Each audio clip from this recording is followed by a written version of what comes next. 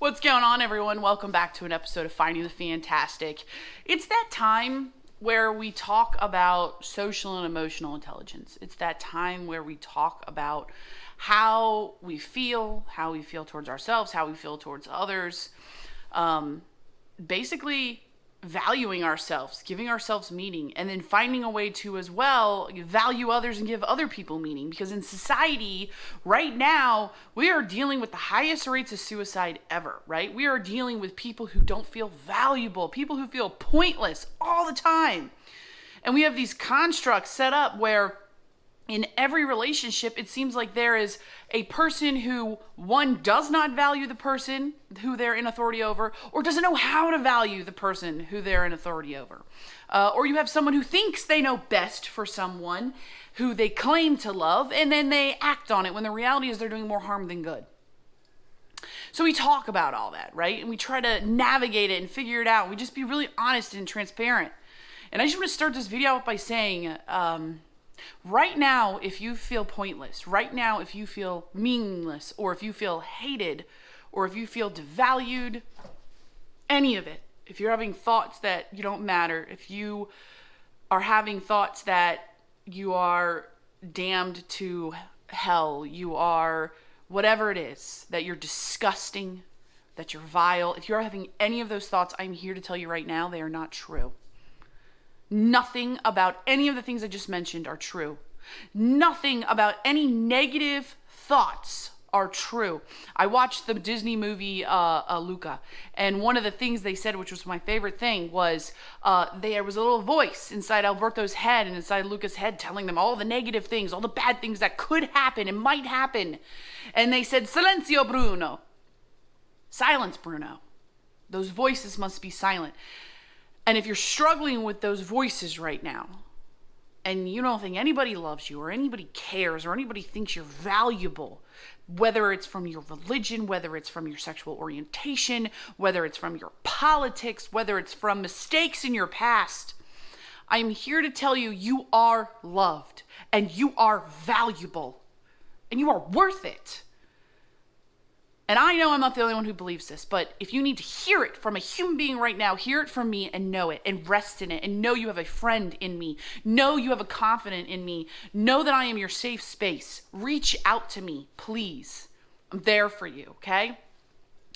And I want to explore this concept of learning to love others, okay? Because what I just mentioned were for people who need to learn to love themselves, right?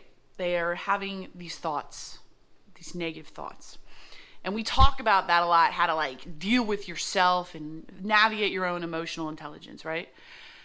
We need to talk a little bit more about the social intelligence side of things. This is how you value others, how you love others. And I've said before, you don't love people the way you think they need to be loved. You love people the way they need to be loved.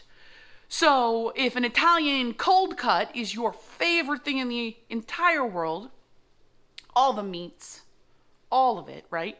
And you take it to somebody who's a vegan and you're like, here's your Italian cold cut with all the meats on it.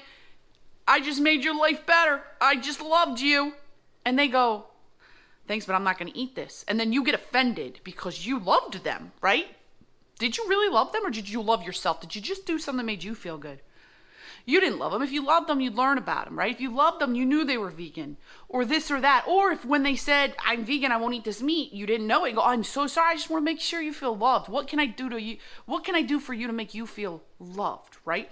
People don't ever go to that. They just go to what they believe the definition of love is. They just stick by their own sense of code or their own sense of morals or their own sense of thing, and they say, because that's what I stand by and what I believe in, therefore that is how everything should be done.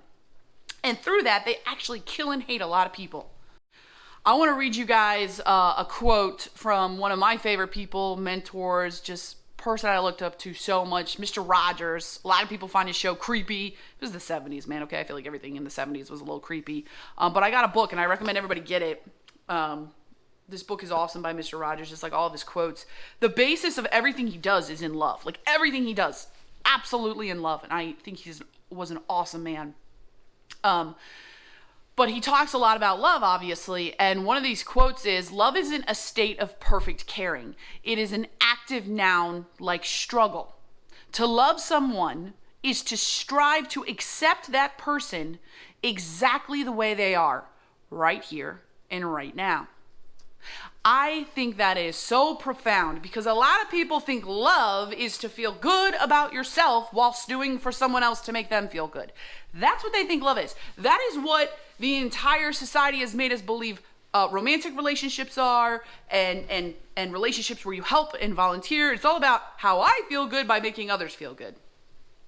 When the reality is love is the struggle. Love is having all the rights and all the privileges, yet choosing to set them aside for the sake of someone else. Let me put it in terms that you might understand, and I might understand better.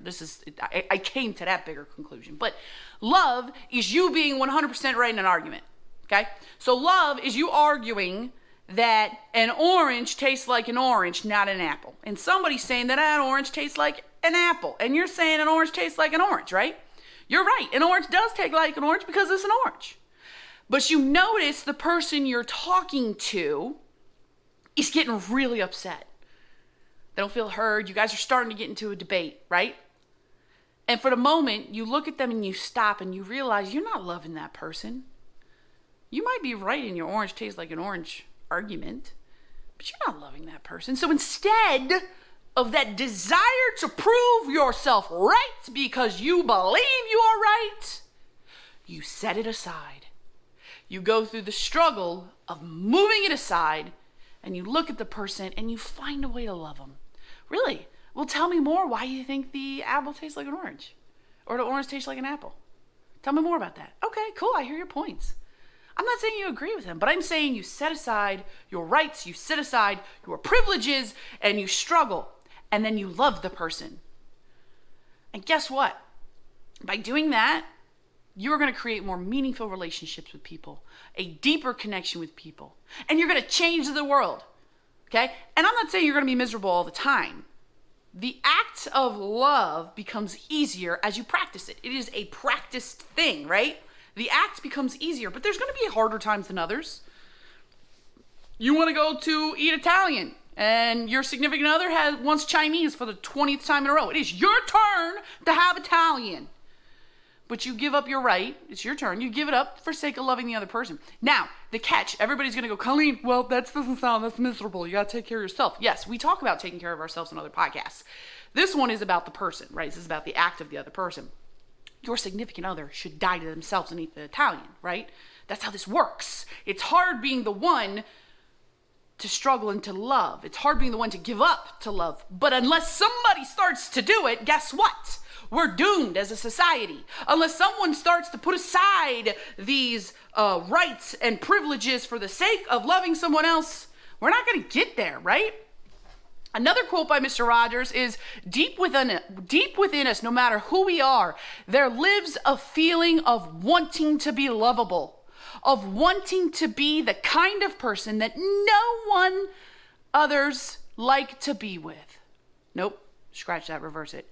I'm going to redo the quote. Deep within us, no matter who we are, there lives a feeling of wanting to be lovable, of wanting to be the kind of person that others like to be with. And the greatest thing that we can do is let people know that they are loved and capable of loving. And I'm getting passionate because I'm diving more and more and more into this concept of loving people. And I get infuriated when I see people out there who don't love. Especially when your quote unquote religion is based in love. Your quote unquote religion, and I don't like religion, okay? I have my beliefs, but I don't like religion. But your quote unquote religion is greatest commandment is to love, yet you choose daily to not do it. All right, I'm not gonna get controversial because that's not the point of finding it fantastic. It's about love, right? So I'm gonna set aside my own want and just, this isn't a rant to make people feel bad, but it's a movement to move people to love other people. There's a lot of people out there committing suicide. There's a lot of people out there self-harming and cutting themselves. And if we want to be the safe space if we want to be the person they call in the middle of the night when they're ready to end it, then we need to start practicing love, real love, the struggle, the setting aside of our privilege to love someone else.